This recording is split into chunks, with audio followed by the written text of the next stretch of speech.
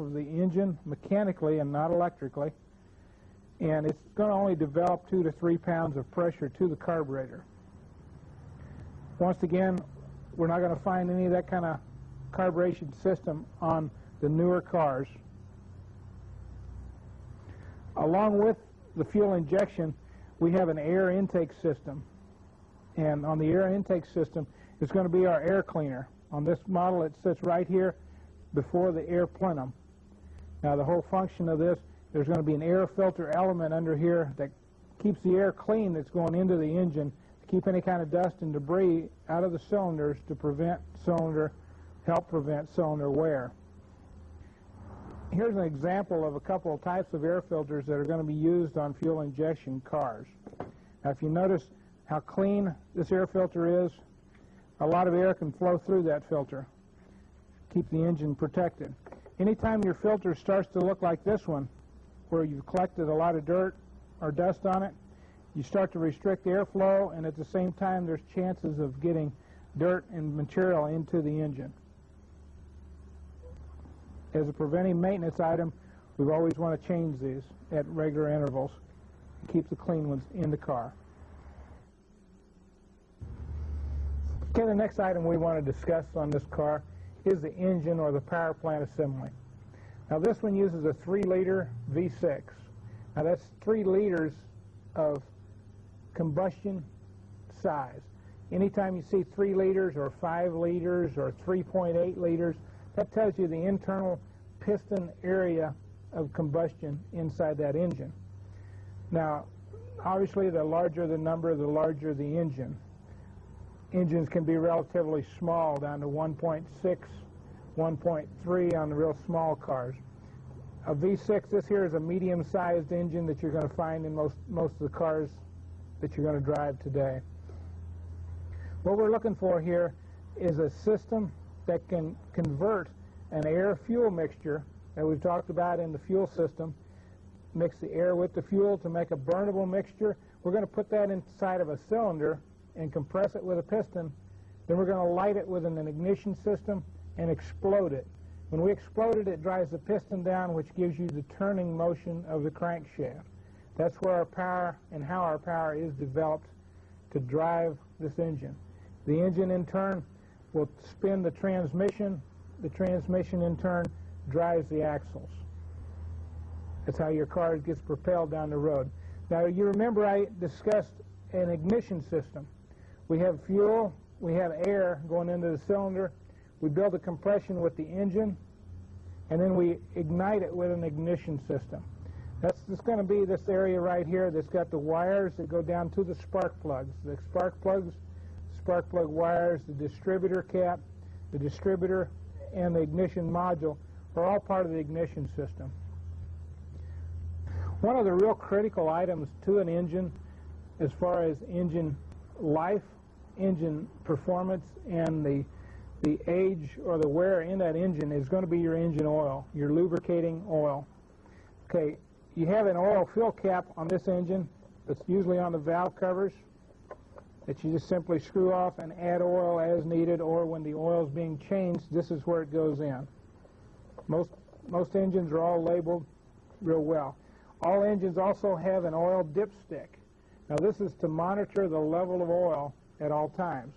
The way you want to check that on an engine after it's set a while is to pull the dipstick out and wipe it off, reinsert it into the engine all the way down, pull it back out.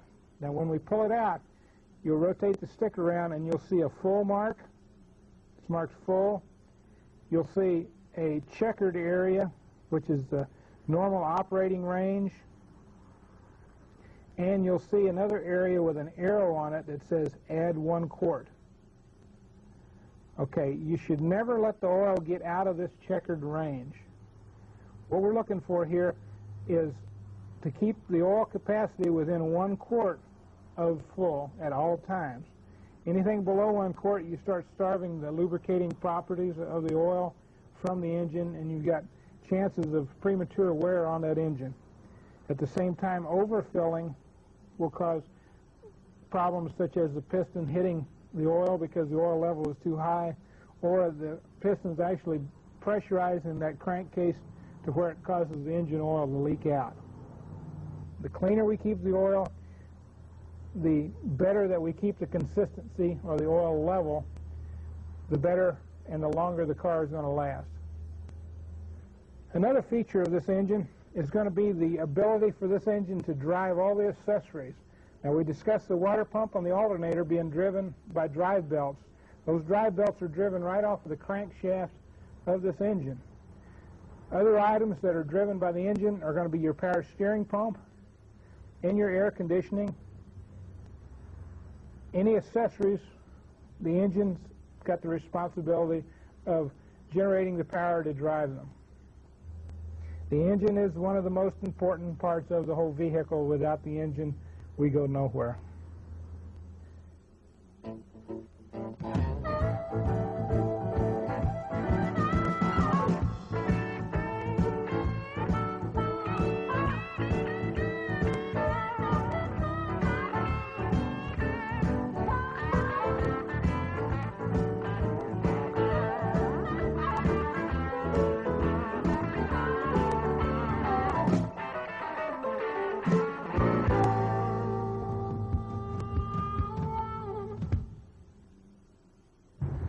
Okay, now we're going to come to the underneath side of the car and discuss a number of the items that we discussed under the engine compartment. First off, we're going to start with the oil pan. We just finished discussing the engine and its ability to power the car. We now need to talk about the oil pan and its function of an oil being an oil reservoir only. This is where all the oil is stored in the engine. You'll have a drain plug on the oil pan whenever the oil change is being done on the car. This is where the oil comes out of. Also with the oil system is going to be an oil filter, which is functioned as a device to pull out any kind of carbons or dirt or impurities in the oil that's picked up in the engine compartment. The oil filter on this car is sitting up here right beside the side of the engine block. Some of the other items under here that we see is going to be the transmission. Remember, we talked about the transmission being attached to the engine. The engine powers the transmission. The transmission in turn transmits that energy to the drive axles. Now, on the transmission, you have a transmission pan also. Underneath this transmission pan is going to be a filtering device to filter the transmission fluid to keep it clean at all times. Now, the drive axles come out of the sides of the transmission on a front-wheel drive car. They're connected to the car, and you'll notice there's joints at the end of that axle. Those joints are allowing the tires to turn whenever you steer the vehicle, and at the same time relay that power to the wheels. Some of the other items here on this front suspension, you're going to see the control arms which support the axle and the wheel. You're going to see the shocks and the struts, which are used to give you ride quality and control. Whenever shocks and struts wear out, you'll notice on turns and on rough roads the car will tend to bounce off the road or try to bounce off the road, and it's hard to steer at those times. Some of the items we need to look for if we would get underneath our car and inspect it is for any kind of oil leakage at all. From underneath the car, you could pinpoint where that oil is coming from, and you can see what kind of oil it is to know if it's transmission or engine oil.